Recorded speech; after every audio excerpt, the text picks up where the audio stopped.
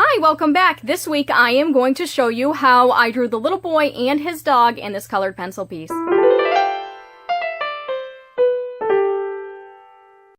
Hi, Shanna Rowe Jackson here from Costume Artists That Play, and we are finally to the end of this colored pencil piece where I will be showing you how I drew the boy and his dog. So right now I am working on the puppy. She's a sweet little thing. But unfortunately, in my reference photo, there was not a whole lot of detail, and it's hard to get detailed photos of animals that have black fur, so I'm not entirely surprised. So basically what I had to work with here was impressions. I had the general shape. In the photo, it was almost like a silhouette, but I was able to pick out a few highlights and vamp them up for the drawing itself to try and get more of a shape in the puppy. So this is not a very good video for me to really give you any details on how to do a pet portrait, for instance. This is really a far away view of the puppy, and it's not, I can't really, it's all too smooth for me to really talk about fur and the direction of fur, anything like that. Basically, I'm looking for the main highlights and the main shadows to get the shape. So that's what I'm doing now. I actually went in with a dark brown pencil first to pick out some of the warmer colors in the fur, and then I went in with black for my darkest highlights, and I'm using grays and blues to do did I say my darkest highlights? I meant my darkest shadows. And then I'm coming in with grays and lighter blues to pull out the highlights on the dog. And then for the underside, there's a little bit of reflected light, and I come in with some lighter yellows and greens to do the reflected light on the underside of the dog, where the ground is reflecting off the fur. So as you can see, there's not really a whole lot of detail there, but that's where values really matter. So then onto the subject, I am coming in, I oddly enough started with the hair first. I'm not exactly sure why, and I think I'm going to do mostly like the skin tones and the hair first. In this, I want to make sure that he stands out against the background, because the background is a lot of earth tones and skin tones kind of fall in line with some of those tones. So I went through and I put an undercolor down for the skin tones.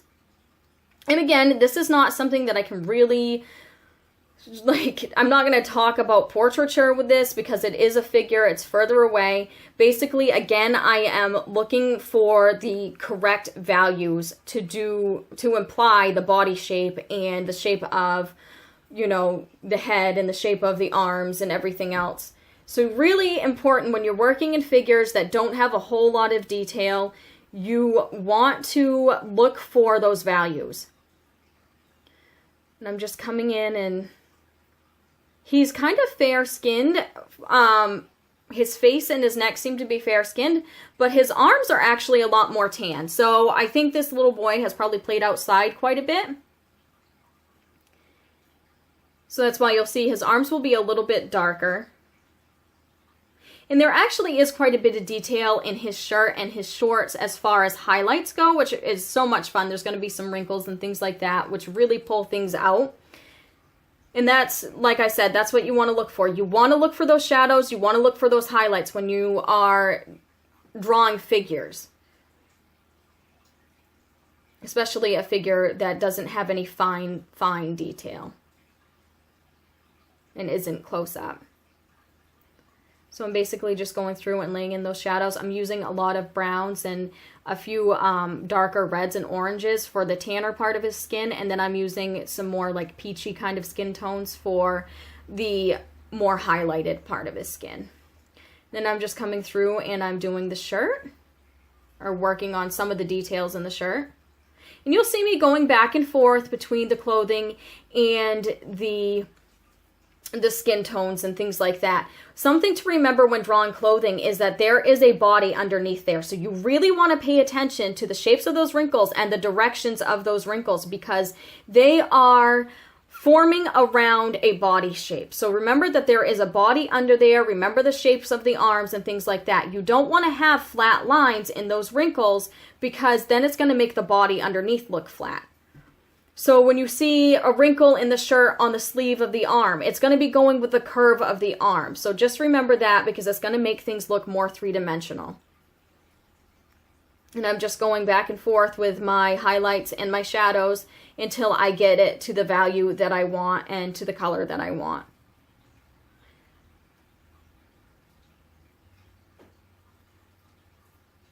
And you can see it forming already.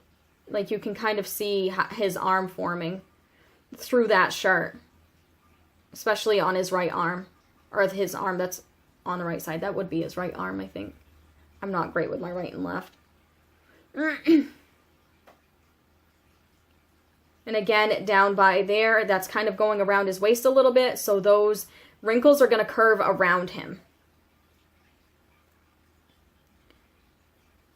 Going in with those shadows again in the midtones. And I'm using mostly grays, like the cool grays, to bring highlights out on that shirt. Going in and kind of darkening things with, I'm using, I think that's a very thin there to try, it's a brown one. I don't ever use black on skin. So if you see a dark pencil and it looks like it's black, it's actually going to be a dark brown. If I'm using it on skin tones, I don't use black on skin. It makes it too muddy. Shadows on skin are rarely ever going to be black, especially on Caucasian skin. You're going to see a lot of blues and purples when it's a cooler shadow, and you're going to see, you know, a lot of browns and some violets and shadows when it's warmer shadows, but you're not going to ever see black on a Caucasian skin tone.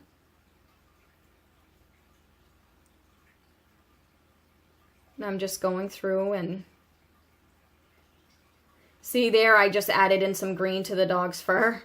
So even though I was essentially finished with that dog, I noticed something else and I went back into it. So even though I do each piece just by a chunk at a time, I always end up revisiting and going back and doing touch-ups as I see fit to make things more cohesive.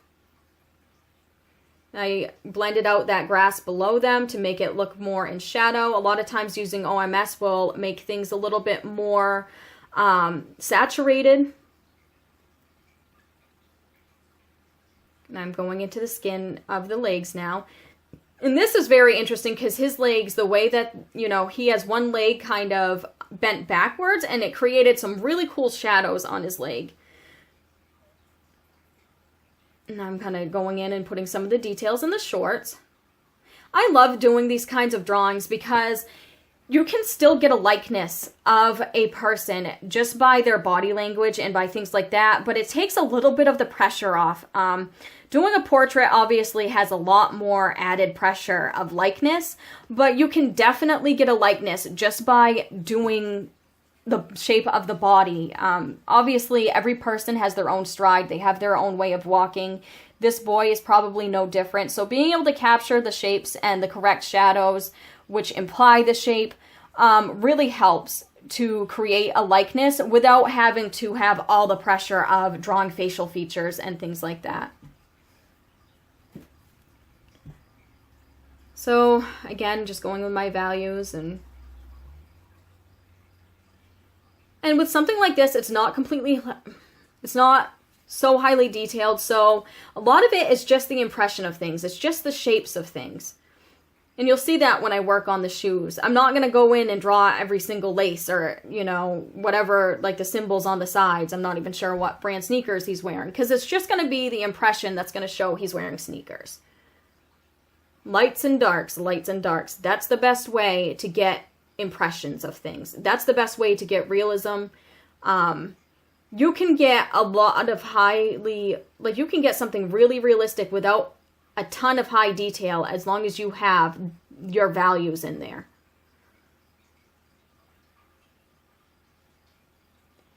And I'm just going through and kind of blending things out. I want this skin tone, I want the skin to look smooth, obviously. So a lot of burnishing, a lot of blending in there, using my lighter colors to blend.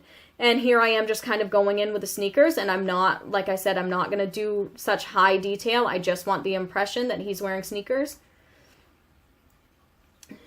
And then I'm going in and pulling out some details around some of the highlighted grass around him.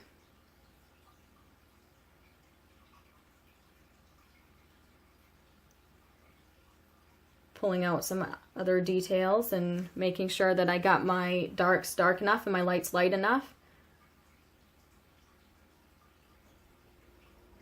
And later on, I actually put a little bit of a vignette around this. I don't know if I videotaped it, but it came out kind of cool, and you'll be able to see it in the finished piece. I did a little bit of a darker blurred edging. Actually, you can kind of see it in this. I think I had already started it here.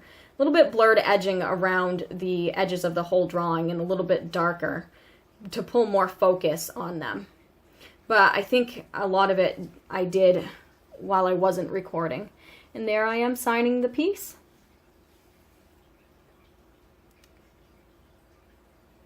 And I did it in a color that goes with the painting.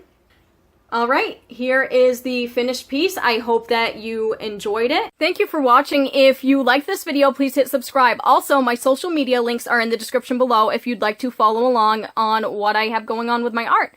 Not sure what I have in store for you guys next week, but please come back and we will find out together.